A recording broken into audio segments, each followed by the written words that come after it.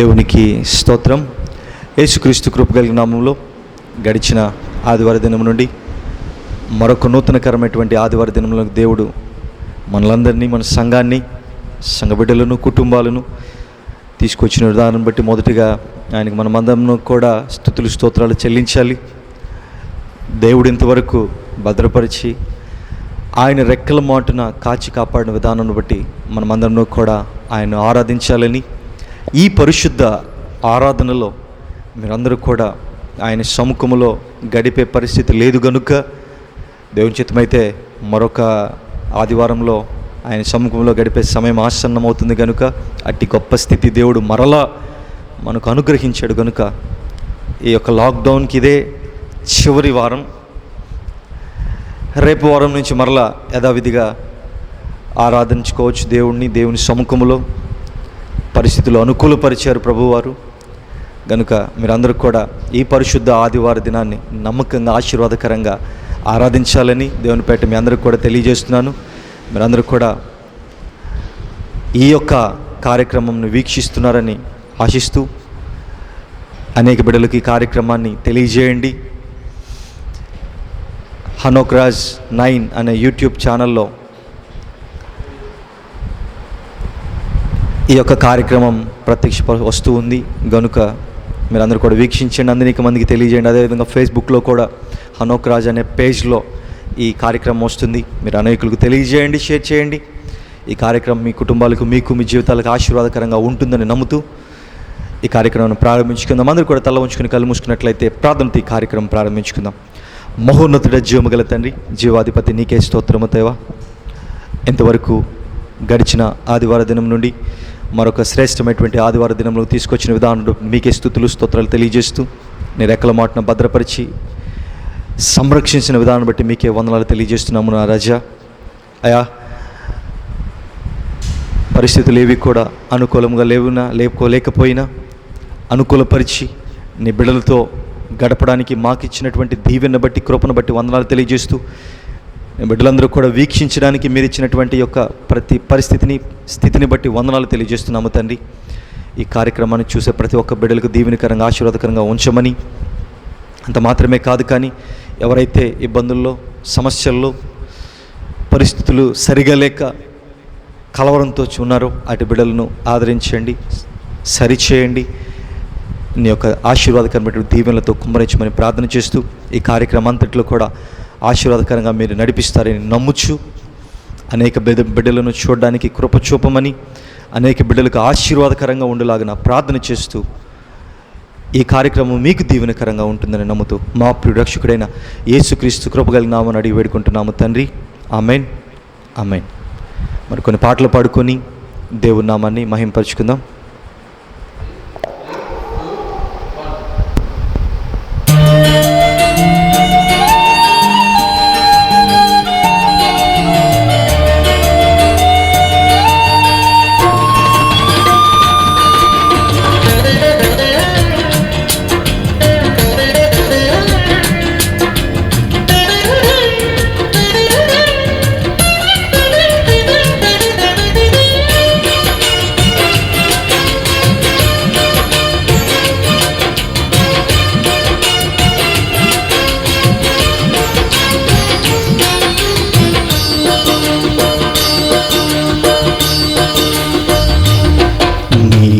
నిరంతరం నీతోనే జీవించాలనే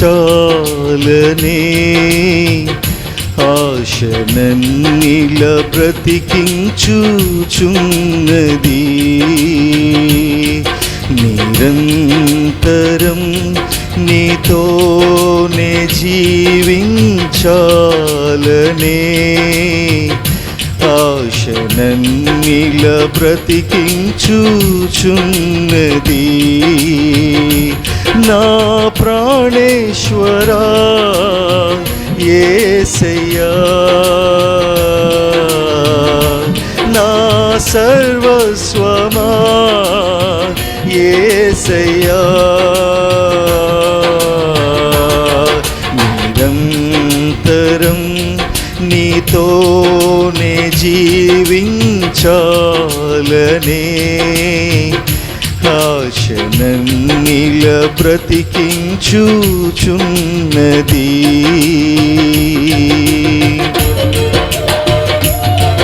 మనమందరూ చప్పట్లు కొడుతూ దేవుడు నామమును స్తుతించుకుందాం. మీరందరూ కూడా ఈ పాటను నాతో కలిసి సంతోషంతో మీరందరూ కూడా పాడాలి. అందరూ ప్రతి ఒక్కరు కూడా ఏ ఒక్కరు కూడా మౌనంగా ఉండకూడదు.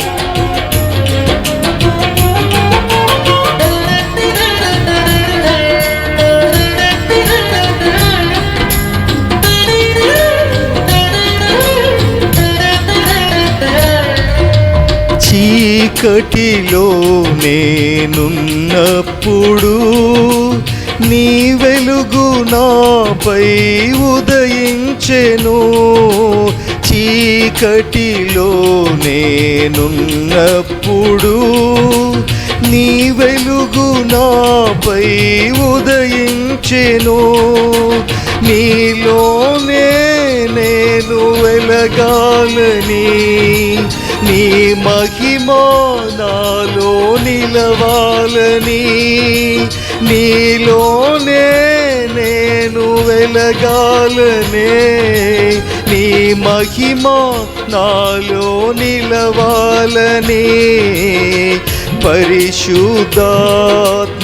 అభిషేకముతో నన్ను నింపుచున్నావు. నీ రాకడకై నిరంతరం నీతోనే జీవించాలనే ఆశనన్నిల బ్రతికించుచున్నది. చప్పట్లు కొడుతూ ప్రతి ఒక్కరు కూడా చప్పట్లు కొడుతూ దేవుని నామమును ఆరాధించుకుందాం.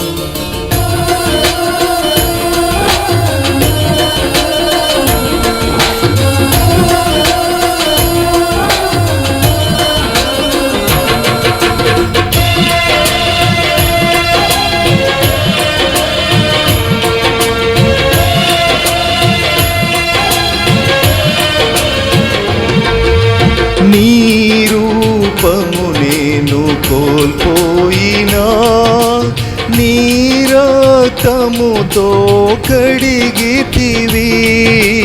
నీ రూపము నేను కోల్పోయినా, నీ రక్తముతో కడిగితివి.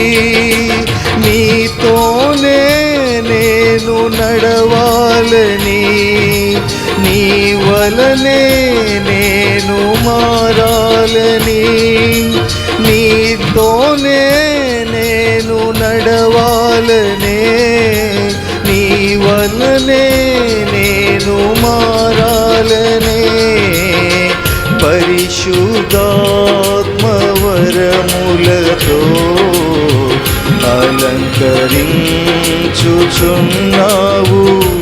నీ రాకడకై నిరంతరం నీతోనే జీవించాలనే ఆశనన్నిల బ్రతికించుచున్నది.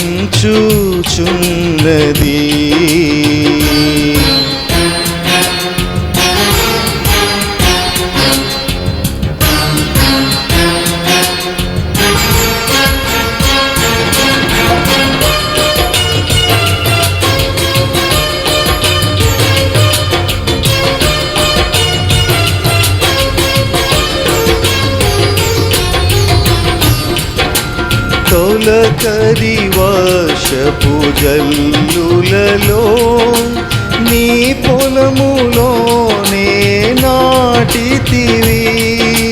తొలకరి వర్షపు జల్లులలో నీ పొలములోనే నాటితి.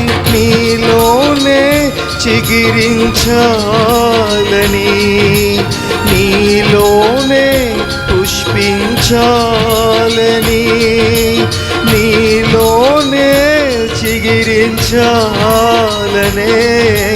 నీలోనే పుష్పించాలనే, పరిశుద్ధాత్మ వశముతో పరచుచున్నావు నీ రాకడకై. నిరంతరం నీతోనే జీవించాలనే ఆశనన్నిల బ్రతికించుచున్నది. నిరంతరం నీతోనే జీవించాలనే ఆశనన్నిల బ్రతికించుచున్నది. నా ప్రాణేశ్వరా యేసయ్యా, నా సర్వస్వమా యేసయ్యా, నిరంతరం నీతోనే జీవించాలనే ఆశనన్నిల బ్రతికించుచున్నది. దేవునికి స్తోత్రం. మరొక పాట పాడుకొని ప్రభునామాన్ని ఆరాధించుకుందాం. తల్లిలా లాలించును తండ్రిలా ప్రేమించును అనే పాట పాడుకొని దేవుణ్ణి ఉన్నతంగా మనం ఆరాధించుకుందాం.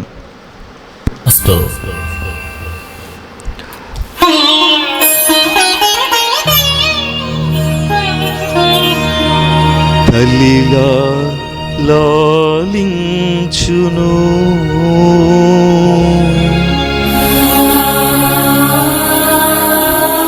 తండ్రిలా ప్రేమించును.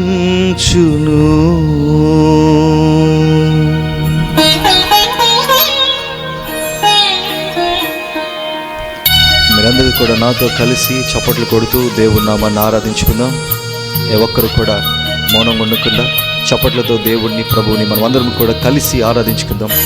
తల్లిలా లాలించును తండ్రిలా ప్రేమించును, తల్లిలా లాలించును తండ్రిలా ప్రేమించును. ముదమి వచ్చు వరకు ఎత్తుకొని ముద్దాడును, చంకబెట్టుకొని కాపాడును. యేసయ్యా తల్లిలా లాలించును తండ్రిలా ప్రేమించును, తల్లిలా లాలించును తండ్రిలా ప్రేమించును.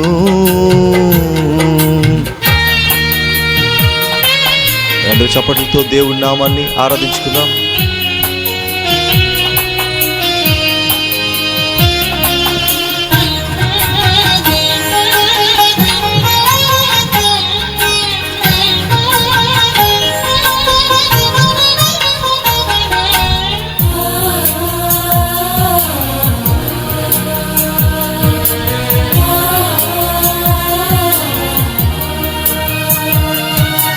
తల్లి అయిన మరచునేమో నేను నిన్ను మరువను, చూడుము నా అరచేతులలో నిన్ను చెక్కియున్నాను.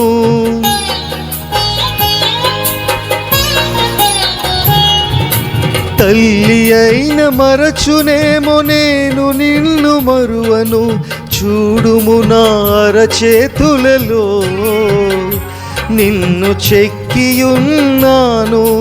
నీ పాదము తొట్టిల్లనీయను నేను, నిన్ను కాపాడువాడు కునుకడు నిదురపోడు అని చెప్పి వాగ్దానం చేసిన యేసయ్యా తల్లిలా లాలించును తండ్రిలా ప్రేమించును, తల్లిలా లాలించును తండ్రిలా ప్రేమించును.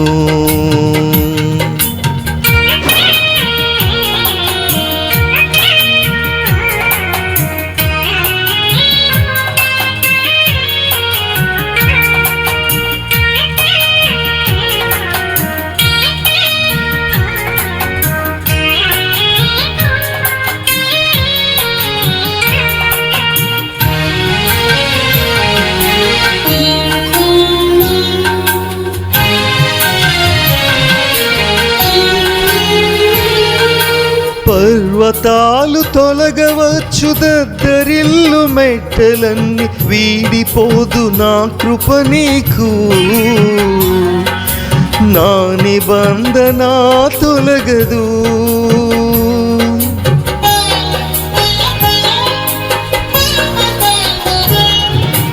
పర్వతాలు తొలగవచ్చు, దద్దరిల్లు మెట్టలన్నీ వీడిపోదు నా కృప నీకు. నా నిబంధన తొలగదు. దిగులు పడకు, భయపడకు, నిన్ను విమోచించెదా. నీదు భారమంత మోసి నాదు శాంతి నొసగెదా అని చెప్పి వాగ్దానం చేసిన యేసయ్యా తల్లిలా లాలించును, తండ్రిలా ప్రేమించును. తల్లిలా లాలించును, తండ్రిలా ప్రేమించును. ముదమి వచ్చు వరకు ఎత్తుకొని ముద్దాడును, చంకబెట్టుకొని కాపాడును. యేసయ్యా తల్లిలా లాలించును, తండ్రిలా ప్రేమించును. తల్లిలా లాలించును, తండ్రిలా ప్రేమించును. హల్లెలూయా. ప్రభువునికి స్తోత్రం కలుగునుగాక. మరొక పాట పాడుకొని ప్రభువును ఆరాధించుకుందాం.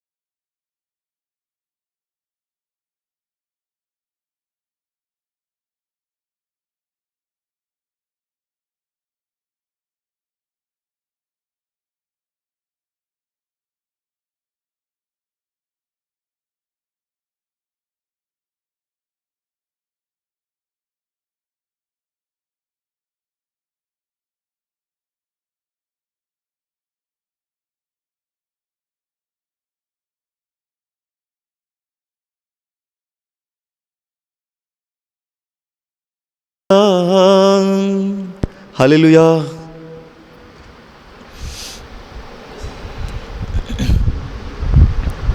ప్రార్థన చేసుకొని ఈ ఆదివారపు ఆరాధన కార్యక్రమాన్ని వాక్యంతో ముందుకు వెళదాం. అందరూ కూడా నాతో ఏకీభవించి మీరున్న ప్రదేశముల్లోనే మోకాళ్ళుంచి ఏకీభవించండి. అందరూ కూడా తల ఉంచుకొని కళ్ళు మూసుకున్నట్లయితే, మహోన్నతుడా, జీవమగల తండ్రి, జీవాధిపతి, మీకే స్తోత్రం. మీ ఉన్నతమైనటువంటి కృపను బట్టి, మీ ఉన్నతమైనటువంటి ప్రేమను బట్టి ఇంతవరకు కాచి సంరక్షించి నీ రెక్కల మాటున భద్రపరిచి సమస్త ఆశీర్వాదాలను, కృపలను మీరు అందించిన విధానం బట్టి మీకే స్తుతులు స్తోత్రాలు తెలియజేస్తున్నాం. ఈ వారమంతయు కూడా మా సంఘాలను, సేవకులను, కుటుంబాలను, బిడ్డలను దీవించి మరొక నూతనకరమైనటువంటి ఆదివార దినంలోనికి తీసుకొచ్చిన విధానం బట్టి మీకే స్తుతులు స్తోత్రాలు తెలియజేస్తూ, చెప్పబడే ప్రతి మాట నీ బిడ్డలతో మాట్లాడండి. వారి హృదయాలను పరిశోధించుకొని నీ యందు అంటు కట్టబడే అనుభవంలోనికి నీ బిడ్డలను తీసుకొని రమ్మని, ఏ మాట అయితే పలుకబడుతుందో ఆ మాట మీరు మాట్లాడమని, మీరుండి మాట్లాడమని, మేము మాట్లాడితే ప్రయోజనం ఏమీ కూడా లేదు గనుక మీరు మాట్లాడతారని నమ్ముతూ, నీ పరిశుద్ధాత్మ శక్తిని క్రొమ్మరిస్తారని నమ్ముతూ ఈ కార్యక్రమము అనేకులకు దీవెనకరంగా ఉండేలాగా ప్రార్థన చేస్తూ మా ప్రియుడును రక్షకుడైన యేసుక్రీస్తు కృప కలిగిన నామమున అడిగి వేడుకుంటున్నాము తండ్రి, ఆమేన్. ఒక గ్రంథంలోనికి వెళదాం. ఇప్పుడున్న పరిస్థితులన్నీ కూడా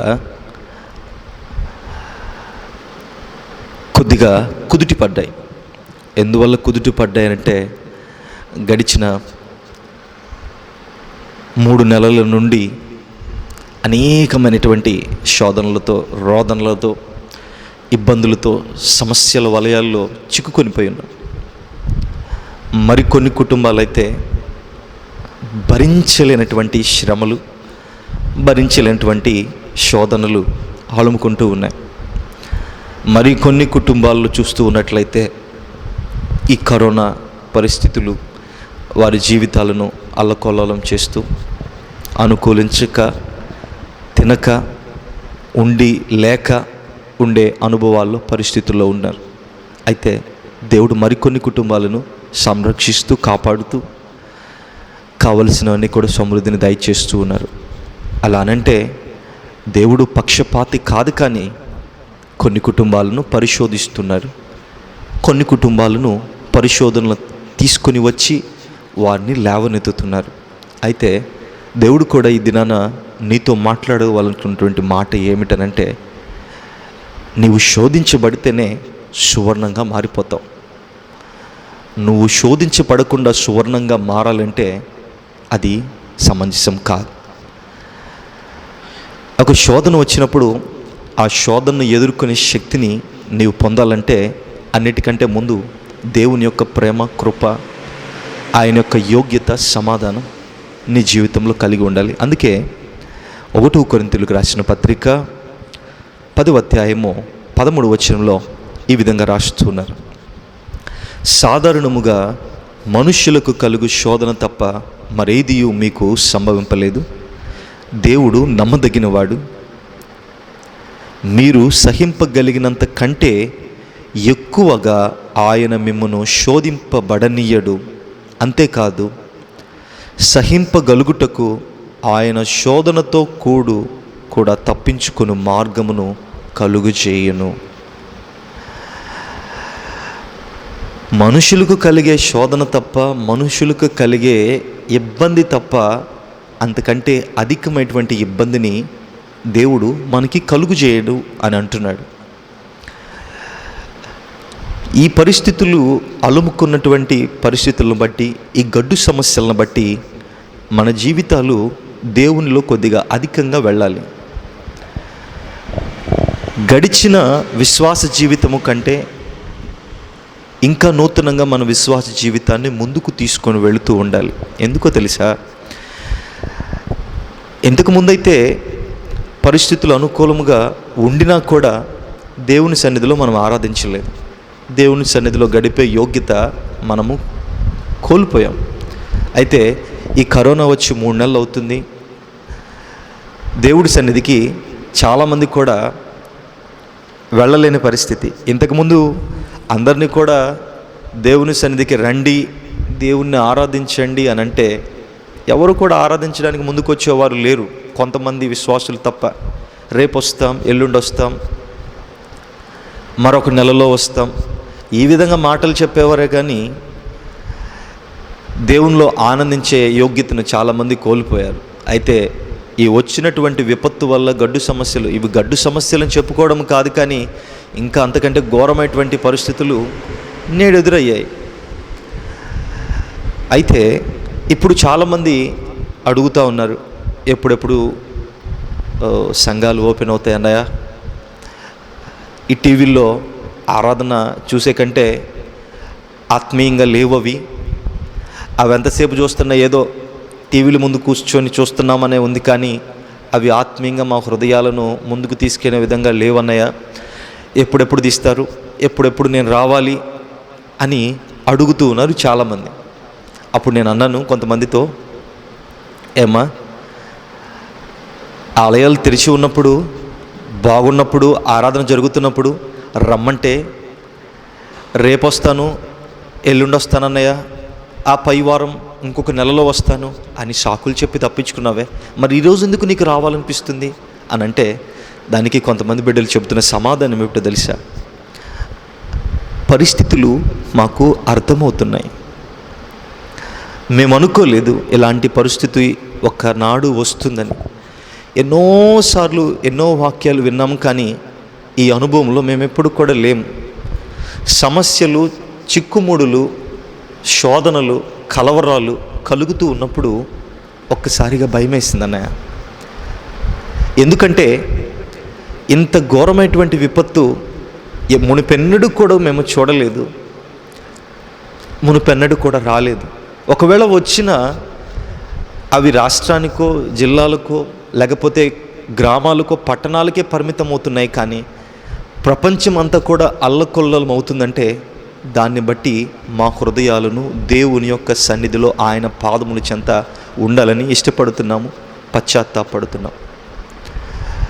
శ్రమలు వచ్చినాయి అని ఇంతకుముందు అనేక మార్లు ఎన్నో శ్రమలు వచ్చినా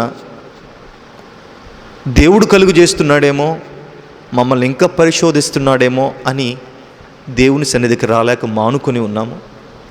కానీ ఆయన మమ్మల్ని ఉజ్జీవంగా లేవనెత్తడానికి ఇంకనూ కూడా విశ్వాసంగా ముందుకు తీసుకొని వస్తున్నాడు, తీసుకురావాలని ఆలోచనతో ఉన్నాడు అన్న సంగతి మేము మర్చిపోయి లోక సంబంధంగా మా ఆలోచనలు ఉంచుకొని మా జీవితాలను లోకం వైపుకు త్రిప్పుకున్నాం. అందును బట్టి ఈ వచ్చిన విపత్తు వలన కొద్దిగా మా జీవితాలు మేము మార్చుకున్నాం నిజంగా చెప్పాలని అని చాలామంది బిడ్డలు ఈరోజు తెలియజేస్తున్నాను. ప్రతి సహోదరి సహోదరుడా, వింటున్న నీవు ఈ మాటలను ఆలకించాం. ఎన్నోసార్లు నీకు శోధన వచ్చినా, ఎన్నోసార్లు నీకు ఇబ్బంది కలుగు చేసిన ఆ ఇబ్బందులు వెనుక ఒక శ్రేష్టమైన రహస్యం ఒకటి దాగి ఉంది. ఆ రహస్యం ఏంటంటే నీ జీవితం ఆశీర్వదింపబడడం. ఆమేన్, హల్లెలూయా. నీ జీవితం ఆశీర్వదింపబడడానికి మనుషులకు పెట్టే శోధన తప్ప నీకు ఇంకొక శోధన రావట్లేదు. మనం అనుకున్నామా ఈ 3 నెలలు ఇంకా పెరిగిపోతుందేమో, ఇంకా ముందుకు వెళుతుందేమో అని అనుకున్నాము. కానీ పరిస్థితులు చక్కబడతాయని చాలామంది కూడా అనుకోలే. విశ్వాసంగా ఉన్న వాళ్ళు కొంతమంది మాత్రమే అనుకున్నారు. కానీ విశ్వాసంగా ఉండి కూడా ఈ పరిస్థితులు ఇంకా ముందుకు వెళతాయని చాలామంది భయపడ్డారు. కానీ అనుకోని రీతిగా పరిస్థితులు మరలా చక్కబెట్టాడు దేవుడు. అంటే వచ్చిన సమస్యలు, గడ్డు పరిస్థితులు కొంత సమయమే. ఆ సమయంలో నువ్వు దేవుణ్ణి ఎరగాల, నిజమైన దేవుడు ఎవరు అని తెలుసుకోవాలా. అసలు నేను దేవుణ్ణి ఆరాధిస్తున్నాను ఇంతకాలం అని నువ్వు తెలుసుకోవాలా. అందుకంటాడు, సాధారణముగా మనుష్యులకు కలుగు శోధన తప్ప మరి ఏదియో మీకు సంభవింపలేదు. దేవుడు నమ్మదగిన వాడు, మీరు సహింపగలిగినంత కంటే ఎక్కువ ఆయన మిమ్మల్ని శోధింపనీయడు. నువ్వు అనుకుంటున్నావు నీకు వచ్చే సమస్యను బట్టి, నీకు వచ్చే ఇబ్బందిని బట్టి ఎంతో శోధన పడుతున్నాను, ఎంతో వేదన పడుతున్నాను, ఇటువంటి శ్రమను నేను తట్టుకోలేకపోతున్నానని చాలామంది విశ్వాసులు వారి జీవితంలో వెనుదిరుగుతూ ఉన్నారు. అనేకులు దేవుని నమ్ముకొని కూడా దేవుణ్ణి అంగీకరించి కూడా వెనుదిరిగే అనుభవంలో ఉంటున్నారు. అటుదెప్పుడు కూడా నీకు ఆశీర్వాదం కాదు ప్రియ సహోదరి సహోదరుడు. వెనుదిరిగే పరిస్థితి ఎందుకు వెనుదిరుగుతున్నావు? నేను వెనుదిరుగునిస్తుంది సైతాను. వాడిని నువ్వు సరి చేసుకోవాలి. వాడి చేతుల్లోనికి వెళ్ళకముందే, ఒకవేళ అది దేవుడు పెట్టేటువంటి శోధన అయితే నువ్వు సహించగలిగినటువంటి శోధన ఆయన పెడతాడు, కానీ సహించలేనటువంటి శోధన ఆయన పెట్టనేరడు. నువ్వే శోధనలో చిక్కుపడిపోయి ఉన్నావో, ఏ శోధనలో పడిపోయి ఉన్నావో ఒకసారి జ్ఞాపకం చేసుకో. నీకు వచ్చే శోధనలు చిన్నవే, కొద్దివే. వాటిని బట్టి నువ్వు భయపడుతూ వెనక్కి వెళ్ళే అనుభవంలో ఉన్నావు, కానీ వాటిని అధిగమించి ముందుకు వెళ్ళి ఇంకా అధికమైనటువంటి యోగ్యతలో ఉండే స్థితిలో నువ్వు ఉండట్లేదు. దేవునితో ఏకమయ్యే యోగ్యతను నువ్వు కోల్పోతున్నావు. దేవునితో సహవాసం కలిగే స్థితిని నువ్వు కోల్పోతున్నావు. కారణం ఏమిటనంటే, నీకు వచ్చిన శ్రమను భూతద్దంలో పెట్టి చూస్తే ఒక చిన్న అంత రాయి అయినా అది చిన్నదే. దాన్ని నువ్వు భూతద్దంలో పెట్టి చూస్తే అది పెద్దగా కనపడుతుంది. నీవు కూడా నీకు వచ్చే శోధన చిన్నదే, నీకు వచ్చే బాధ ఇబ్బంది చిన్నదే, కొద్దిదే, కొంత మట్టికే అది ఉండేది. కానీ దాన్ని నువ్వు ఎలాగో చూస్తున్నావు అంటే భూతద్దంలో పెట్టి చూస్తున్నావు. అది పెద్దదిగా నీకు కనబడుతుంది. అప్పుడు నీ ఆలోచనలన్నీ కూడా మారిపోయి వెనకటి పరిస్థితుల్లోనికి వెళ్ళిపోతూ ఉన్నావు. ఇదేదో పెద్ద శోధన వచ్చేసింది, పెద్ద ఇబ్బంది వచ్చేసిందని కలవరపడిపోతున్నారు. లేకపోతే ఎవరన్నా నిన్ను కలవర పెట్టినా కానీ ఆ కలవరానికి పడిపోయి, ఆ కలవరతలో పడిపోయి నిజమైనటువంటి దేవుణ్ణి ఆరాధించలేక వెనుదిరిగిపోతున్నావు. సమస్యల వలయాల్లో చుట్టుకొని పోతున్నావు. అదెప్పుడు కూడా నీ జీవితాన్ని మార్చలేదు. అదెప్పుడు కూడా నీ కుటుంబాన్ని ముందుకు నడిపించలేదు. ఏది ఆశీర్వాదమో, ఏది యోగ్యతో నువ్వు ఒక్కసారి గమనించు ప్రియ సహోదరి సహోదరుడా. నీ సమయాలు నీ యొక్క సమస్యలు, నీ ఇబ్బందులు కొద్దివే. ప్రతి ఒక్కరికి సమస్య వస్తుంది. నాన్న సమస్య రానిటువంటి వారు ఏ ఒక్క మనుష్యుడు లేడు. ఎవరున్నారు మనుషులు? ఎవరు కూడా లేరు. అందరికీ సమస్యలు వచ్చాయి. అంటారు కొంతమంది, ఏ చెట్టుకు ఆ గాలి, చెట్టుకు గాలి కొట్టినంత.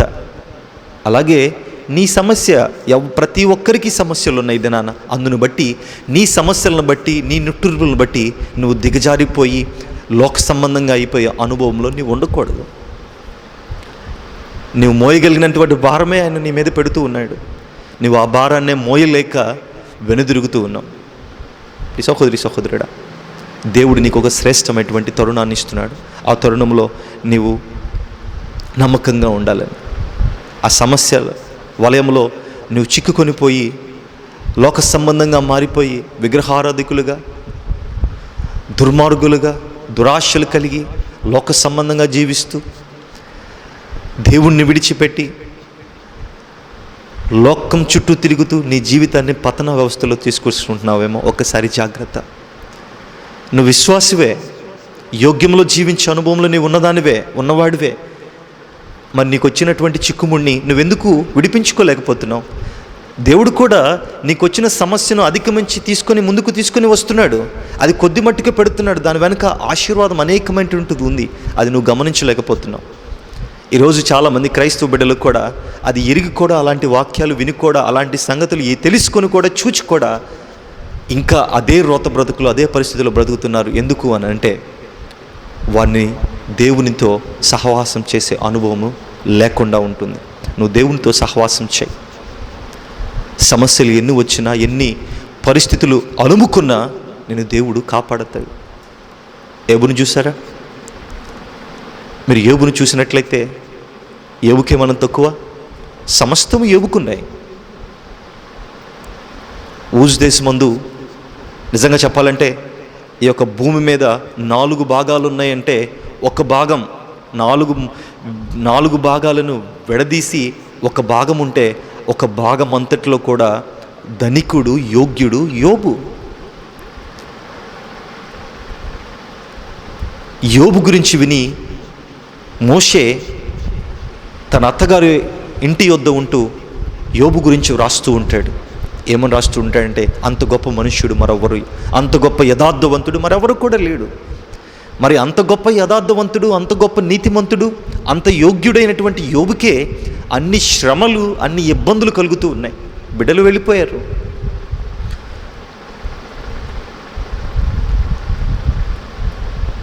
కట్టుకున్న భార్య వెళ్ళిపోయింది. ఆ యొక్క పనివారులు వెళ్ళిపోయారు. ఆయనకున్నటువంటి సర్వ సంపదలన్నీ కూడా దేవుడు తీసివేశాడు. ఎందుకు? యోబును పరీక్షిస్తున్నాడు, పరిశోధిస్తున్నాడు.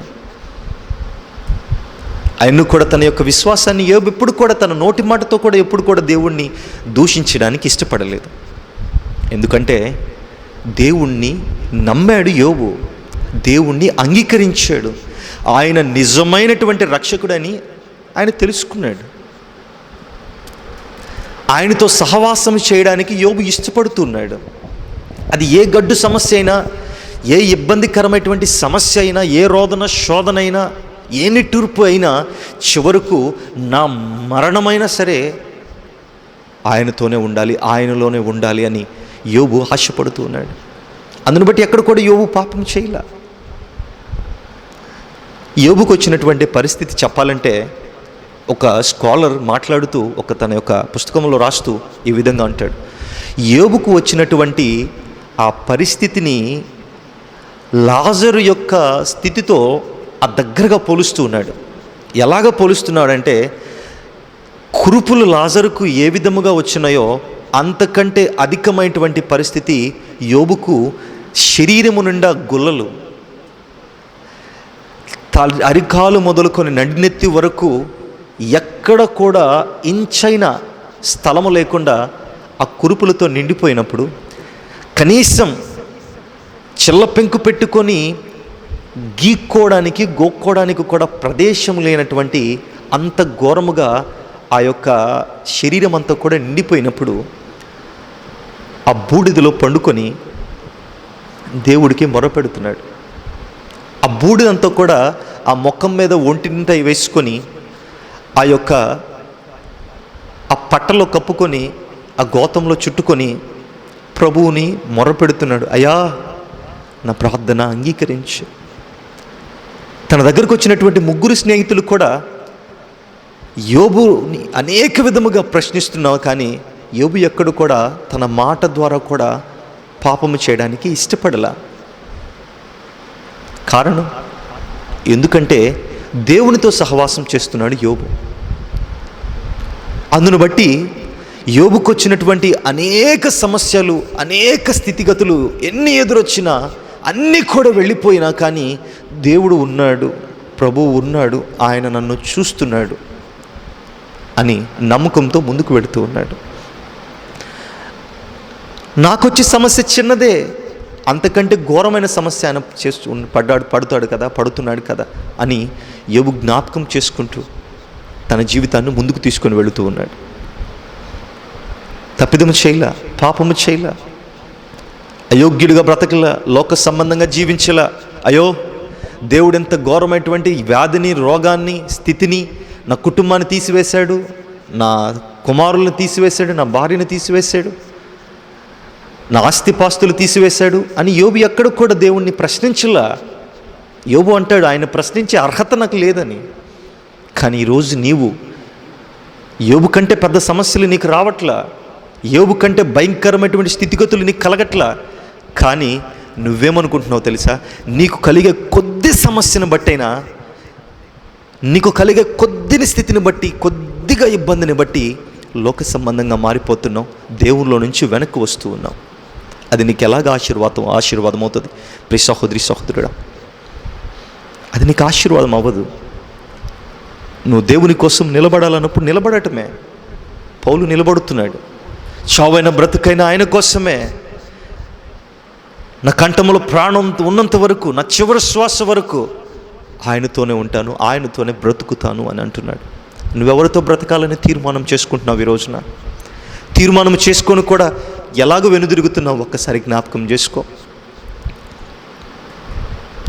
దేవుడు నిన్ను అన్నిటికీ సమృద్ధినిస్తున్నాడు.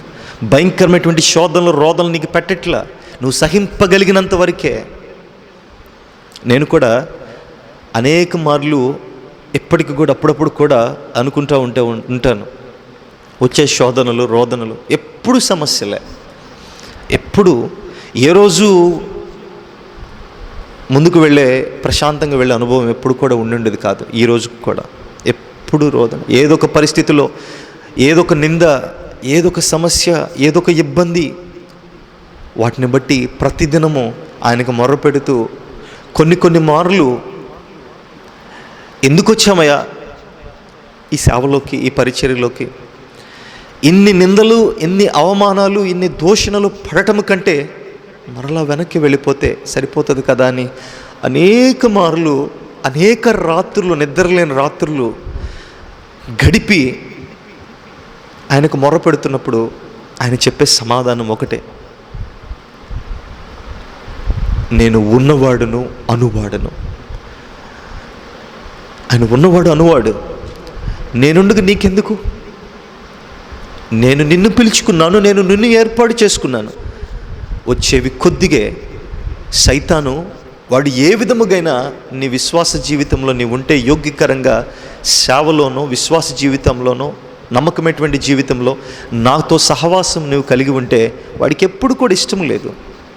అందును బట్టి ఏ విధముగైనా పడగొట్టాలి, ఏ విధముగైనా, ఏదో ఒక విధముగైనా శోధన పెడితే పడిపోతాడు, దేవునికి దూరం అవుతాడు అని వాడి ప్రయత్నం. వెంటనే ఆయన ఇచ్చే సమాధానం ద్వారా ఎక్కడ లేనటువంటి సంతోషాన్ని పుంజుకొని మరలా అయా దయతో క్షమించండి. సైతానుడు ఒక చిన్న ఆలోచన నా మనసులో పెట్టాడు, దయతో క్షమించండి, దాన్ని తీసివేసుకుంటానని మరలా దాన్ని సరి చేసుకొని మరలా ముందుకు వెళ్ళే అనుభవాలు. దినదినము సమస్య, దినదినము ఒక గండమే. చాలామంది అంటూ ఉంటారు, సేవకులు అంటే మంచి సేవ చేస్తున్నారు. అదేదో చాలామంది పాన్ పనుకుంటారు. అది ముండ్ల మీద నడుస్తున్నటువంటి బాట అన్న సంగతి చాలామందికి అర్థం కాదు. అదేదో మంచి పని, మంచి ఉద్యోగము, మంచి యోగ్యత, గొప్ప అని అనుకుంటామే కానీ అనుకుంటారే కానీ అది ముళ్ళ మీద సవారీ లాంటిది. ఈరోజు నీ పరిస్థితి ఏంటి? ఒక్కసారి జ్ఞాపకం చేసుకో ప్రియ సహోదరి, సహోదరుడు. దేవుడు నీకు పెడుతున్నటువంటి సమస్య చిన్నదే. ఆ సమస్యను బట్టి నువ్వు నిట్టూర్పు చెందమాక. యోబు కంటే భయంకరమైనటువంటి శోధన, రోదన నీ జీవితంలో రాలేదు, నీకు అలుముకోలేదు. యోబు నిలబడ్డాడు, చివరకు తన జీవితాన్ని ఆశీర్వాదకరంగా ముందుకు నడిపించుకున్నాడు. మునుపు కంటే అధికమైనటువంటి ఆశీర్వాదము, అధికమైనటువంటి సంతతి, అధికమైనటువంటి దీవెనలు, అధికమైనటువంటి పనివారులు, సమృద్ధిని దేవుడు కలుగు చేశాడు. మరి నీ జీవితంలో ఎందుకు కలుగు చేయడు? ఈ సంగతి నీకు తెలుసు కదా.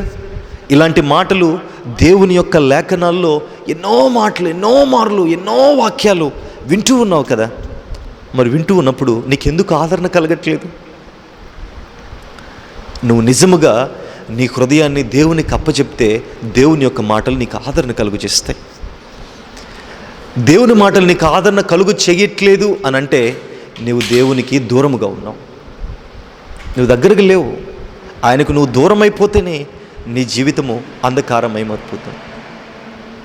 ఎలాగుంది నీ జీవితం? ఒక్కసారి పరీక్షించుకో. వస్తున్నటువంటి చిన్న చిన్న శోధనలను బట్టి నువ్వు పడిపోతున్నావు.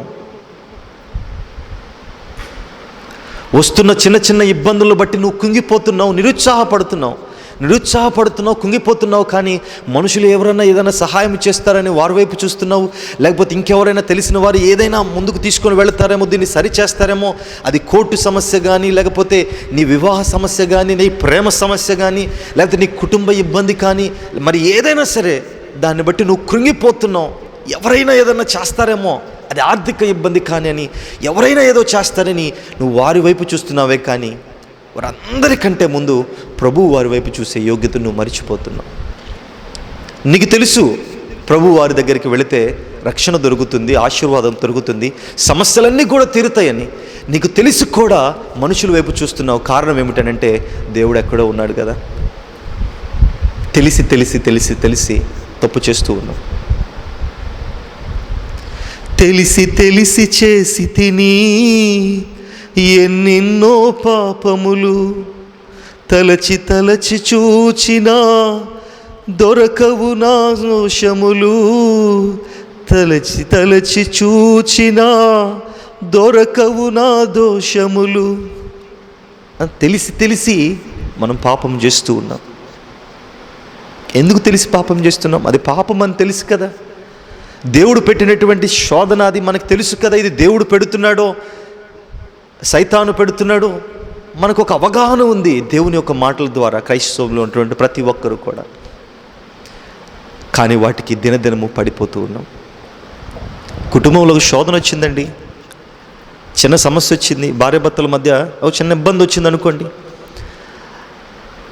ఆర్థిక పరిస్థితితో ఏదో ఒక ఇబ్బంది వచ్చింది. ఆ ఇబ్బంది వచ్చినప్పుడు దాన్ని సరి చేసుకున్నాం. ఒక వారంలోనో ఒక 2 రోజుల్లోనో 3 రోజుల్లో సరి చేసుకున్నాం, మంచిదే. సరి చేసుకున్నప్పుడు ఆ ఇబ్బంది ఎలాగుంటుందో నీకు తెలుసు. మరలా ఇంకొక మారు సంవత్సరం తర్వాత మరలా ఎప్పుడైనా అదే ఇబ్బంది వచ్చినప్పుడు దాన్ని నువ్వు మరలా సరి చేసుకోలేవు. మరలా దిగులు చెందుతావు, మరలా ఏడుస్తావు, మరలా ఇబ్బంది పడతావు. అయ్యో నాకు సమస్య వచ్చిందని. నీకు తెలుసు కదా ముందు ఒక ఇబ్బంది వచ్చిందని. అదే సమస్య ముందు నువ్వు చూసావు కదా. మీ భార్యాభర్తల మధ్య కుటుంబాల్లోనో బిడ్డల ద్వారా ఏదో ఒక రీతిలో ఆ సమస్య వచ్చిందని నీకు తెలుసు కదా. ఆ సమస్య చూసావు కదా, అనుభవించావు కదా, దాంట్లో ఉన్న బాధ ఏంటో భారం ఏంటో దాంట్లో నుంచి ముందుకు వచ్చావు కదా, మీ కుటుంబాలను బాగు చేసుకున్నావు కదా. మరలా ఆ సమస్య వచ్చినప్పుడు ఆ సమస్యను బట్టి నువ్వు ఎందుకు ఏడుస్తున్నావు? ముందు వచ్చిందే కదా, తెలుసు కదా, అది మరలా తీరిపోతుందని నీకు అవగాహన కలగాలి కదా. నీకు అవగాహన కలగట్లేదు, మరలా దాంట్లోనే పడిపోయి ఏడుస్తూ దినాలు వ్యర్థముగా పోగొట్టుకుంటూ లోక సంబంధంగా మారిపోతున్నావు. కానీ ముందు వచ్చిన సమస్య ఇదే సమస్య, 2 ఒకటే. ముందు వచ్చిన దాన్ని నేను అధిగమించాను, దీన్ని కూడా నేను అది ఊరకనే అధిగమించగలుగుతానని విశ్వాసం మన జీవితాల్లో ఉండట్ల కారణం ఏమిటనంటే, లోక సంబంధమైనటువంటి వాటి గురించి అయితే మనం అధికమైనటువంటి ఆలోచనలు ముందుకు వెళుతూ ఉంటాము, కానీ దైవికమైనటువంటి సంగతి గురించి మనం ఆలోచించాం. నా ప్రియబిడ్డలారా, ఒక్కసారి మీరు జ్ఞాపకం చేసుకునండి.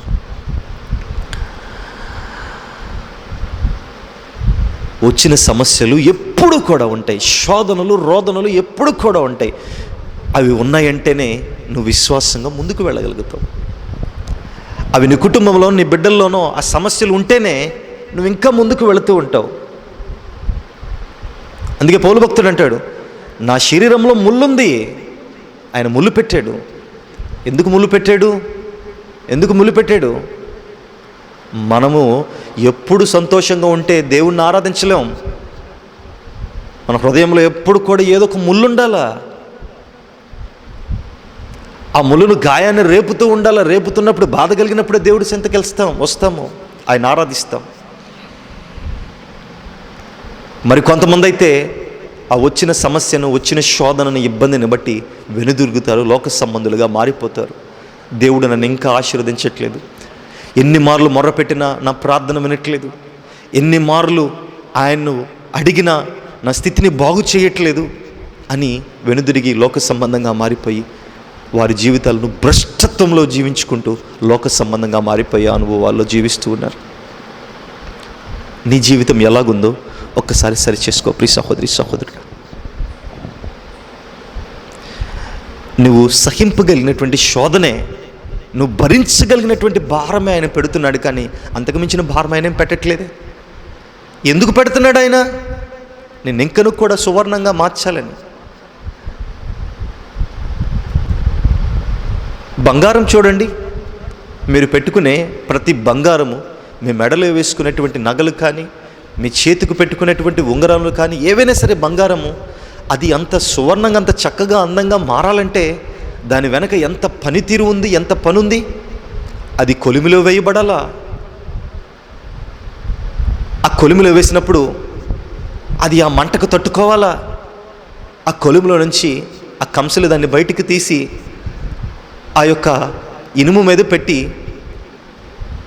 ఆ సుత్తితోనో మరి ఇంకొక దానితోనో దాన్ని కొట్టి కొట్టి కొట్టి కొట్టి సరిచేసినప్పుడు, దానిని రకరకాలైనటువంటి వాటిని చేస్తూ రకరకాలైనటువంటి తీరులో వాటిని మార్చినప్పుడు అది సువర్ణంగా మారిపోతూ ఉంటుంది. అది చక్కగా నీ మెడలోకి రావడానికి అది ఎంతగానో నలగబడి ఎంతగానో విరగొట్టబడింది, ఎంతగానో శోధింపబడింది, ఎంతగానో ఇబ్బంది పడింది. అది చివరికి ఎలాగ మారిందంటే, ముందైతే అది విలువలేనిది, ఎప్పుడైతే నీ మెడలోనికి వచ్చిందో అది విలువ కలిగిందిగా మారిపోయింది. కారణం నలగొట్టబడింది. మన జీవితాలు కూడా అంతే. మన పరిస్థితులు కూడా అంతే. నువ్వు శోధింపబడితే నువ్వు సువర్ణంగా మారుతావు. నువ్వు శోధింపకుండా సువర్ణంగా ఏ విధంగా మారుతావు? ఏదైనా సరే వస్తువు, వజ్రమైనా ఏదైనా, ఆ వజ్రం అయితే చూడడానికి పిచ్చిదిగా కనపడుతుంది. దాన్ని ఎవరు కూడా వజ్రం అనుకోరు. అది ఒట్టి రాయేమో, పిచ్చి రాయేమో అనుకుంటారు దాన్ని. అది ఉన్నప్పుడు, అది భూమిలో దొరికినప్పుడు, ఎప్పుడైతే దాన్ని చక్కగా తీర్చిదిద్ది మారుస్తారో అప్పుడు అది విలువ కలిగినదిగా, వెలలేనిదిగా మారుతూ ఉంది. మన జీవితం కూడా అంతే. మనం ఎవ్వరికి కూడా పనికి రాకపోయినా, మనం ఎవరికి కూడా ఇబ్బంది లేకపోయినా ఆయన పనికొచ్చే విధంగా మనల్ని చేయడానికి ఆయన ఇష్టపడుతున్నాడు. ఎందుకో తెలుసా? మన జీవితాలు సువర్ణంగా మారటానికి. శోధింపబడిన మీదట నేను సువర్ణమై మారెదను. శోధించబడిన మీదట నేను సువర్ణమై మారెదను. నేను వెళ్ళే మార్గము నా యేసుకే తెలియును. నేను వెళ్ళే మార్గము నా యేసుకే తెలియును. నువ్వు వెళ్ళే మార్గము ఆయనకి తెలుసు. నువ్వే మార్గంలో ప్రయాణిస్తున్నావు. నీ మార్గము ఇరుకైన మార్గమా, విశాలమైన మార్గమా? ఆయన ప్రతిదీ కూడా ఎదిగి ఉన్నాడు. ఇరుకైన మార్గంలో నువ్వు ముందుకు వెళ్ళగలిగితే ముందు విశాలత ఉంది. విశాలమైనటువంటి మార్గంలో నువ్వు వెళితే ముందుకు ఇరుకు, ఇబ్బంది ఉంది. అయితే నువ్వే మార్గంలో వెళుతున్నావు? మరొకటి, నిన్ను ఆయన పరిశోధించాలని ఆశపడుతున్నాడు. నువ్వు శోధించబడితేనే సువర్ణంగా మారిపోతావు. నిన్ను శోధించాలంటే మరి ఎలాగ శోధించాలి? ఏదో ఒక సమస్యను నీకు కలుగు చేయాలా, ఏదొక ఇబ్బంది నీకు కలుగు చేయాలా. అది నీ బిడ్డల్లో కానీ, నీ చదువులో కానీ, నీ ఆర్థిక ఇబ్బందుల్లో కానీ, నువ్వు పెళ్లి చేసుకోవాలన్నటువంటి మనుషుల్లో కానీ, స్త్రీలో కానీ, నీ ఆర్థికపరమైనటువంటి పరిస్థితుల్లో కానీ, భార్యాభర్తల్లో కానీ, కుటుంబ శోధనలో కానీ, ఉద్యోగ స్థితిలో కానీ, ఏదో ఒక విషయంలో నిన్ను శోధిస్తూ ఉంటాడు. ఎందుకు శోధిస్తూ ఉంటాడో తెలుసా? నీవు సువర్ణంగా మారాలని. నువ్వు శోధింపబడితేనే ఆయనకు ఆశీర్వాదకరంగా మార్చబడతావు. నువ్వు శోధింపబడితేనే నీ జీవితాన్ని యోగ్యకరంగా తీసుకువెళ్ళడానికి ఆయన ఇష్టపడతాడు. నువ్వు శోధింపబడాలా. వచ్చినటువంటి శోధన బట్టి, బాధను బట్టి, రోదన బట్టి నువ్వు నలిగిపోకుండా నూతనంగా జీవించే యోగ్యత నువ్వు కలిగి ఉండాలి. నువ్వు మోయగలిగినంత శ్రమే, నువ్వు మోయగలిగినటువంటి శోధనే కదా ఆయన పెడుతూ ఉంది. వాడు సైతానుడు ఎన్నో రకాలుగా నేను శోధిస్తూ ఉంటాడు, ఎన్నో రకాలుగా నీకు ఇబ్బందులు పెడుతూ ఉంటాడు. నువ్వేదన్నా శోధనలో కుంగిపోయావనుకో, ఆ శోధన వెంబడి శోధన నిన్ను ఏ విధముగా వెనక్కి లాగుతూ ఉంటాడు. ఎందుకో తెలుసా? నువ్వు దేవునికి దూరముగా చేయాలని. దేవునితో ఉండే సహవాసము, సాంగత్యము, ఆయన రెక్కల మాటలో ఉండే ఆ కృపను వాడు ఎప్పుడు కూడా పోగొట్టాలని ఇష్టపడతాడు. పోగొట్టాలంటే నీ కుటుంబంలో వచ్చే శోధన బట్టే.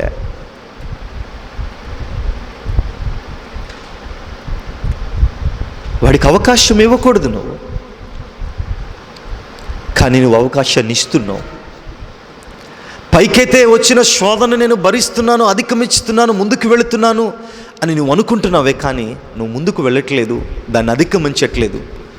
అలా కాక నిరుత్సాహంతో దేవుడు నాకే కార్యం జరిగించట్లేదు, నన్ను శోధిస్తూనే ఉన్నాడు, నన్ను రోధిస్తూ ఉన్నాడు, ఏదొక సమస్య, ఏదొక రోదన నా కుటుంబాల్లో ఆయన కలుగు చేస్తున్నాడు అని రోదన పడుతూ వెనక్కి మళ్ళీపోయే అనుభవంలో ఉన్నావు. కానీ యోగ్యంగా, సువర్ణంగా, ఆశీర్వాదకరంగా మారే యోగ్యతను నువ్వు కోల్పోతున్నావు. ప్రియ సహోదరి, సహోదరుడా, నీవున్న పరిస్థితి ఎట్టిదైనా, ఏ రీతిదైనా, నీకొచ్చిన గడ్డు సమస్య, నీకొచ్చిన ఇబ్బంది భయంకరమైనటువంటిదైనా దేవుడు నిన్ను ఆశీర్వదించాలని ఆశపడుతున్నాడు. నీవు కానీ దేవుని యొక్క సముఖంలో ఆయన పాదముల చెంత నిలబడి, లేకపోతే ఆయన పాదముల చెంత దోసులకి మొర్రపెట్టి, అయ్యా నా శోధ నుంచి నువ్వు నన్ను దూరం చేయి, నీ చిత్తమైతే. నిన్ను అడిగే అర్హత నాకు లేదు, కానీ నువ్వు నా ఆశ్రయదుర్గము కనుక, నా బాధలు నా శోధనలు తీర్చేవాడు గనుక నిన్ను ఆనుకునే కృపను నాకు దయచేయి. నువ్వు మొరపెడితే నీ ప్రార్థన దేవుడు ఎందుకు అంగీకరించు? అనేక మంది భక్తుల ప్రార్థన దేవుడు అంగీకరిస్తున్నాడు. మనం చదువుకున్నటువంటి ఈ యొక్క గ్రంథంలో, ఈ బైబిల్లో ఇది మనము నమ్మాలా. దీనిలో రాయబడిన ప్రతి మాట మనము నమ్మగలిగితేనే మన జీవితాలు ముందుకు వెళతాయి, ఆశీర్వదింపబడతాయి. ఈ మాటలే కదా మనం నమ్మాల్సింది. మరి ఈ చెప్పబడినటువంటి మాటలే మనం నమ్మకుండా ఇంకా లోక సంబంధంగా ఆలోచిస్తూ ఉన్నావంటే నీ జీవితంలో ఎక్కడో కూడా ఏదో రోత ఉంది. దేన్ని బట్టో నువ్వు గలిబిలి పడుతున్నావు, దేన్ని బట్టో నువ్వు రోదన చెందుతున్నావు. దాని నుంచి బయటికి రా, దేవుడు నీకు ఆశీర్వాదం ఇస్తాడు. నీ సమస్య చిన్నదా పెద్దదా ఏదైనా సరే ఆయన దగ్గరికి మొరపెట్టు. మొదట మనుషుల వైపు, కుటుంబాల వైపు, తల్లిదండ్రుల వైపు, ఎవరి వైపు కాదు, కానీ ఆయన వైపు నువ్వు చూడాలా, ఆయనకు మొరపెట్టాలా. నీ సమస్యలన్నీ కూడా తీరుతాయి. అందుకే సాధారణముగా మనుషులకు కలుగు శోధన తప్ప మరి ఏది మీకు సంభవింపలేదు. కలిగిన దానికంటే ఎక్కువ ఆయన మిమ్మును శోధింపనీయుడు. అంతేకాదు, సహింపగలుగుటకు ఆయన శోధనతో కూడా తప్పించుకున్న మార్గమును కలుగుజేయను. నీకున్న శోధన ఏదైనా, నీకున్న ఇబ్బంది ఏదైనా, అది నువ్వు తప్పించుకొని వెళ్ళాలంటే దానికి తగ్గ మార్గము కూడా ఆయన ఏర్పాటు చేస్తున్నాడంట. ఎంత గొప్ప దేవుడు! శోధన పెట్టువాడు ఆయనే, ఆ శోధన నుంచి తప్పించువాడు ఆయనే, ఆ తప్పించడానికి గల మార్గాన్ని కూడా ఏర్పాటు చేసేవాడు ఆయనంట. ఎంత గొప్ప దేవుడు! కొంతమంది అనుకుంటారు, ఏమన్నా తెలుసా, ఒకడు అంటాడు, వాడు బ్రదర్ అసలు ఆ దేవుడు ఆ శోధన పెట్టడం ఎందుకండి? ఆ శోధన పెట్టకపోతే ఇదంతా ఉండదు కదా, అలాగెలగబెడతాడండి ఆ శోధన అని ఒక తమ్ముడు అడిగాడు నన్ను. ఆ శోధనే ఆయన ఇబ్బంది, ఆ సమస్యే అది మనకు కలగకపోతే ఇదంతా ఉండదు కదా, మళ్ళీ దాన్ని తప్పించడం, మనం భరించడం, ఇదంతా ఉండదు కదా అని ఒకడు అడిగితే, ఒక తమ్ముడు అడిగితే, వాడికి నేనేం సమాధానం చెప్పానంటే, మరి చిన్నోడా, నువ్వు తినే భోజనం ఉంది చూసావా, అది ఎలాగైనా అరిగిపోయి బహిర్భూమిలో కలిసిపోతుంది కదా, మరి తింటం ఎందుకు అని వాడిని అడిగినప్పుడు వాడికి ఏమి చేయాలి అర్థం కాక అలాగే కాముగా ఉండిపోయాడు. మరి అంతే కదా,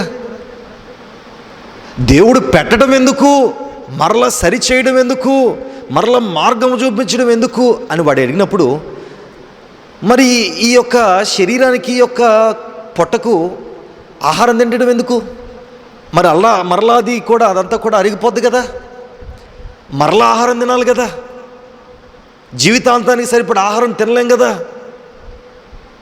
అది మరలా భూమిలో కలిసిపోవాల్సిందే కదా, తిన్నదంతా కూడా మళ్ళీ మళ్ళీ తినాలి కదా. అంటే ఒక్క మారు ఏది కూడా పరిష్కారం లేదు. నీకు వచ్చే సమస్యలు కూడా అట్టివే.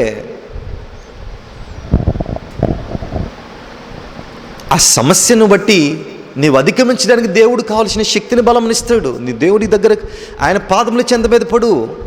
అయ్యా నాకు వచ్చింది ఈ సమస్య, ఈ ఇబ్బంది, దాన్ని బట్టి నేను ముందుకు వెళ్ళాలా, ఆశీర్వాదకరంగా మారాలా అని ఆయన పాదముల మీద పడి కన్నీరు విడిచి మొర్రపెట్టు.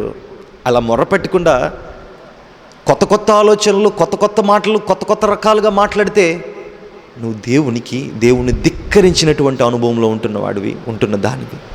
ఒకసారి జ్ఞాపకం చేసుకో ప్రియ సహోదరి సహోదరుడా, ఎలాంటి స్థితిలో నువ్వు పడి ఉన్నావు. పెడుతుంది ఆయనే, సరిచేస్తుంది ఆయనే, సరిచేయడానికి గల మార్గాన్ని చూపిస్తుంది కూడా ఆయనే. ఎందుకు అనంటే నిన్ను సరిగా మలచడానికి, నిన్ను సువర్ణముగా తీసుకొని రావడానికి నిన్ను నలుగు కొడుతున్నాడు ఆయన. నీకు వచ్చే సమస్యలు అవే, నీవు మోయగలిగినటువంటి భారమే, నీవు సహింపగలిగినటువంటి శోధనే, నువ్వు భరించగలిగినటువంటి బాధనే ఆయన పెడుతున్నాడు. కానీ అంతకు మించి నువ్వు మోయలేనంత భారమో, నువ్వు సహించలేనటువంటి శోధన రోదన ఆయన నీకు పెట్టట్లేదు కదా ప్రియ సహోదరుడా. మరి ఎందుకు నువ్వు అంతలా కుంగిపోతున్నావు? కుంగిపోతావు మనుషుడు కాబట్టి, ఈ లోకంలో ఉంటున్నావు కాబట్టి. అలా కుంగిపోక, ఒకవేళ కుంగిపోయినా కానీ ఆయన మాటలు చదువుకొని ఆయనలో నమ్మకంగా ఉండే యోగ్యతను నువ్వు ఉండగలిగితే నీ జీవితం ఆశీర్వాదకరంగా ఉంటుంది. నీకున్న కలవరం ఏదైనా, నీకున్న రోదన ఏదైనా, నీకున్న ఇబ్బంది ఏదైనా, నీకున్న పరిస్థితి ఏదైనా దాన్ని సరిచేసే గొప్ప దేవుడు ఆయనే. మనం అనుకున్నామా ఈ కరోనా ఇన్ని నెలలు ఉంటుందని? ఇన్ని నెలలు ఉన్నప్పుడు ఇంకా ఎన్నో చాలామంది రకరకాలుగా మాట్లాడుతున్నారు ఇంకా సంవత్సరాల తరబడి ఉంటుంది అని. కానీ ఈరోజు తిరగట్లేదా? సరిచేశాడు కదా, శోధన పెట్టాడు, ఇబ్బంది పెట్టాడు, ఇబ్బందిని తీసివేశాడు. ఇబ్బందిని తీసివేయడానికి గల మార్గాన్ని కూడా ఆయన చూపించాడు. నేడు అందుకే రేపటి ఆదివార దినం నుండి దేవుని సన్నిధిలో ఉండే గొప్ప యోగ్యతను ఆయన దయచేశాడు. దేవునికి స్తోత్రము, హల్లెలూయా. చేశాడా లేదా? నువ్వు నమ్మాలా. నువ్వు ప్రభువుని నమ్మితేనే నీకు ఆశీర్వాదం. యోబు నమ్మాడు, అనేక మంది భక్తులు నమ్ముతున్నారు. మరి నీవెందుకు నమ్మట్లేదు? అనేక వాక్యాల్లో నమ్మకత్వం గురించి అధికంగా మాట్లాడుతున్నారు. అనేక మంది స్కాలర్స్, అనేక మంది మాట్లాడుతూ ఉన్నారు నమ్మకత్వం గురించి. మేము నమ్మాము, మా జీవితాలు ఆశీర్వదింపబడ్డాయి. మేము నమ్మాము, ఆయనను నమ్మాము, మా హృదయాలు మార్చబడ్డాయి. ఆయనను నమ్మాము, మా కుటుంబాలు తీర్చిదిద్దబడ్డాయి. ఆయనను నమ్మాము, మా జీవితాలు ఆశీర్వాదకరంగా దీవించబడ్డాయి. మరి వారందరికీ కూడా దీవిస్తున్నటువంటి దేవుడు నీ కుటుంబాన్ని ఎందుకు దీవించు? నీ కుటుంబాన్ని ఎందుకు ఆశీర్వదింపచేయడు? ఆశీర్వదింపచేస్తాడు. ఎప్పుడో తెలుసా? నువ్వు నమ్మినప్పుడు. నీకు వచ్చే శోధనను బట్టి నువ్వు నిట్టూర్పు చెందక ప్రభువు యొక్క పాదముల చెంత చేరినప్పుడు. తమ్ముడు, ప్రియ చెల్లి, దేవుడు నీతోనే మాట్లాడుతున్నాడు. ఇద్దనాన్న, నీకొచ్చే ఇబ్బంది, నీకొచ్చే శోధన, నీకొచ్చే ప్రతి పరిస్థితి, ప్రతి గడ్డు సమస్యను దేవుడు ఈ దినాన్ని నుంచి నువ్వు తీర్చబోతున్నాడు. నువ్వు అందరూ కూడా తల ఉంచుకొని కళ్ళు మూసుకున్నట్లయితే ప్రార్థన చేసుకుంది. మహోన్నతుడా, జీవముగల తండ్రి, జీవాధిపతి, మీకే స్తోత్రమయ్యా. అయ్యా, నీ యొక్క లేఖనాల్లో ఇప్పటి వరకు మాట్లాడిన ప్రతి ఒక్క మాట నీ బిడ్డలతో మీరు మాట్లాడండి. మీ బిడ్డలతో మాట్లాడించే గొప్ప దేవుడు మీరు మాత్రమే తండ్రి. మరి ఏ వలయములు వారు చిక్కుపోనిపోయి ఉన్నారో, ఏ ఇబ్బందుల్లో వాడు పడిపోయి ఉన్నారో, ఏ సమస్యల్లో వారు కుంగిపోయి ఉన్నారో, ప్రతి సమస్య నుంచి నీ బిడ్డలను లేవనెత్తమని ప్రార్థన చేస్తున్నాము తండ్రి. లేవనెత్తే గొప్ప దేవుడు నీవు మాత్రమే. గాయము పెట్టువాడు మీరే, దాన్ని రేపువాడు నీవే, దాన్ని మాన్పు వారు కూడా మీరే తండ్రి. ఎందుకంటే మా హృదయాలు నీ వైపుకు త్రిప్పాలని, మేము సువర్ణముగా మార్చబడాలని. ఎవరైతేనైనా సమస్యల్లో కృంగిపోయి ఉన్నారో, ఎవరైతే ఇబ్బందుల వలయాల్లో నలిగిపోయి ఉన్నారో, ఎవరైతే శోధనలతో చుట్టుముట్టి ఉన్నారో, ఎవరైతే అప్పుల సమస్యల్లో కుంగిపోయి ఉన్నారో, ఎవరైతేనైనా తిండి లేక ఇబ్బందుల్లోనైనా పడిపోయి ఉన్నారో, ఎవరైతే ఉద్యోగాలు లేక అలమటిస్తున్నారో, ఎవరైతే స్థితిగతులు కుటుంబ పరిస్థితులు బాగాలేక గొడవలతో భార్యాభర్తల ఇబ్బందులతో నలిగిపోతున్నారో, ఎవరైతే బిడ్డలు సరైనటువంటి స్థితిలోనికి రాక ఎదిగినా కూడా వారెవరిని బిడ్డలను చూడక ఆ స్థితిలో పడి ఉన్నారో, వారందరినీ కూడా నీ వైపు చూసే కృపను మీరు దయచేస్తారని నమ్ముతున్నాము తండ్రి. చెప్పబడిన ప్రతి ఒక్క మాటని బిడ్డలకు దీవెనకరంగా మార్చండి. చెప్పబడిన ప్రతి ఒక్క మాట వారి జీవితాలతో మీరు మాట్లాడే విధంగా నడిపించండి తండ్రి. వారికి ఉన్నటువంటి ప్రతి ఒక్క గడ్డు సమస్యను మీరు దూరం చేయమని ప్రార్థన చేస్తూ, వారికి ఉన్నటువంటి ప్రతి ఇబ్బందిని, ప్రతి శోధనను మీరు రూపుమాపని ప్రార్థన చేస్తూ, అయా అవిధేయులుగా వెనక్కి వెళ్ళకుండా, లోకస్తులుగా నైనా లోక సమస్యల్లో పడకుండా, దేవుడు నా యొక్క సమస్యను తీర్చట్లేదు, దేవుడు నా రోగాన్ని బాగు చేయట్లేదు, దేవుడు నాకు సరైనటువంటి ఉద్యోగాన్ని ఇవ్వట్లేదు, నేను చదువుకున్న చదువుకు సరైనటువంటి శ్రేష్టమైనటువంటి ఉద్యోగం నాకు దొరకట్లేదు, నేను ఎంతగా ప్రయాసపడినా నాకు ప్రతిఫలం దొరకట్లేదు, నేను ఎంతగా కష్టపడి బిజినెస్లు చేస్తున్నా కానీ దాంట్లో ప్రతిఫలము ఆశీర్వాదం రావట్లేదు, నేను ఎంతగా కష్టపడుతున్నా కానీ నాకు ప్రతిఫలము లేదు అని అనుకుంటాం. ప్రతి ఒక్క బిడ్డతో ఈ దినాన ఈ వాక్యం ద్వారా మీరు మాట్లాడమని ప్రార్థన చేస్తున్నాము తండ్రి. మీరు మాట్లాడే దేవుడు తండ్రి, మీరు మాట్లాడగలిగే దేవుడు తండ్రి నాయన. అయా మీరు మాట్లాడించే దేవుడు తండ్రి నాయన, నీ చిత్తమైతే నా ద్వారా మాట్లాడుతున్న విధానం బట్టి మీకే స్తుతులు స్తోత్రాలు తెలియజేస్తూ, వారున్న ప్రతి సమస్య ఏదైనా, వారు పడిపోయిన ప్రతి స్థితి ఏదైనా సరే వారిని లేవనెత్తండి. వారి పరీక్షల నిమిత్తం, వారి ఉద్యోగాల నిమిత్తం, వారి చదువుల నిమిత్తము, వారి యొక్క స్థితిగతుల నిమిత్తము, వారు ఏర్పాటు చేసుకున్నటువంటి నాయన వివాహము నిమిత్తము, సమస్తము నిమిత్తము నాయన మీరు వారితో మాట్లాడి వారికి తగ్గ ప్రతి ఒక్క క్వశ్చన్కి మీరు ఆన్సర్ని ఇస్తారని నమ్ముతూ, విన్న ప్రతి ఒక్క బిడ్డలను వారి జీవితాల్లో మాదిరికరంగా జీవించే కృపణ దైత్యమని, మేము మోయగలిగినటువంటి శోధనలు, బాధలు మాత్రమే మీరు పెడతారని చెప్పిన గొప్ప దేవ, అందును బట్టి వచ్చే ప్రతి సమస్యను, వచ్చే ప్రతి చిక్కుముడును మేము ఎదిరించి, వాడు లేకపోతే సైతానుడు చేసే ప్రతి ఒక్క ఇబ్బందిని, వాడు మమ్మల్ని లోకములో ఆగే ప్రతి శోధనను బట్టి మేము వాడిని ఎదుర్కొని, వాడిని జయించి మా జీవితాల్లో నీ వైపుకు త్రిప్పుకునే కృపణ మాకు దైత్యమని, ఆ కృపకు కావలసినటువంటి శక్తిని, వాడిని ఎదిరించడానికి కావలసినటువంటి బలమును, యోగ్యతను మీరు ఇస్తారని నమ్ముతూ ప్రార్థన చేస్తూ, ఈ కార్యక్రమాన్ని బిడ్డలకు దీవెనకరంగా ఉండేలాగా ప్రార్థన చేస్తూ, అంత మాత్రమే కాదు కానీ ఈ వాక్యం విన్న ప్రతి ఒక్క బిడ్డ జీవితాల్లో ఒక నూతనకరమైనటువంటి విశ్వాసం, యోగ్యతను మీరు కలుగజేస్తారు నమ్ముతూ, మా ప్రియ రక్షకుడైన యేసుక్రీస్తు కృప కలిగిన నామమున అడిగి వేడుకుంటున్నాము తండ్రి. ఆమేన్, ఆమేన్. సహోదరుడా, యేసుక్రీస్తు కృప కలిగిన నామంలో మీ అందరికీ మరొక మారు వందనాలు. ఈ యొక్క కార్యక్రమం మీకు ఆశీర్వాదకరంగా ఉంటుందని నమ్ముతూ, ఈ కార్యక్రమాన్ని అనేకులకు తెలియజేయండి. యూట్యూబ్ ఛానల్లో హనోక్ రాజ్ 9 అనే ఛానల్ ఉంటుంది, దాన్ని మీరు సబ్స్క్రైబ్ చేసుకోండి. మేము ఈ మధ్య కాలమే ఈ యొక్క కార్యక్రమాలని ఈ లాక్డౌన్ టైంలో నుంచే ప్రారంభించాం. దేవుడి యొక్క కృపను బట్టి మునిపెన్నడూ కూడా ఇలాంటి కార్యక్రమాలు మేము జరిగించలేదు. మరొక మారు మీకు తెలియజేస్తున్నాం.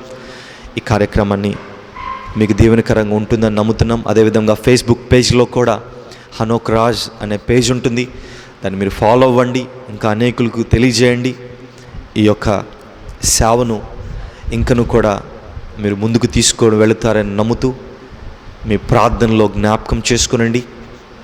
మీ అనుదిన ప్రార్థనలో, విజ్ఞాపనలో మీరు గుర్తుంచుకొని, దీని సేవకుడి నిమిత్తము, మేము చేస్తున్నటువంటి పరిచర్య నిమిత్తము, మా తోటి పరిచారకులు, సేవకుల నిమిత్తము, సంఘముల నిమిత్తము, ఈ పరిచర్య నిమిత్తము మీరు ప్రార్థిస్తారని నమ్ముతూ, మీరు ఇంకను కూడా దేవునిలో అంటుకట్టబడే అనుభవంలో ఉంటారని నమ్ముతూ, మీ కలవరానికి దేవుడు అధిగమించే ఆశీర్వాదము కలుగజేస్తాడని విశ్వసిస్తూ, ఈ కార్యక్రమం చూస్తున్న మీ అందరికి కూడా దీవెనకరంగా ఉండలాగున దేవుడు మిమ్మల్ని దీవించునుగాక.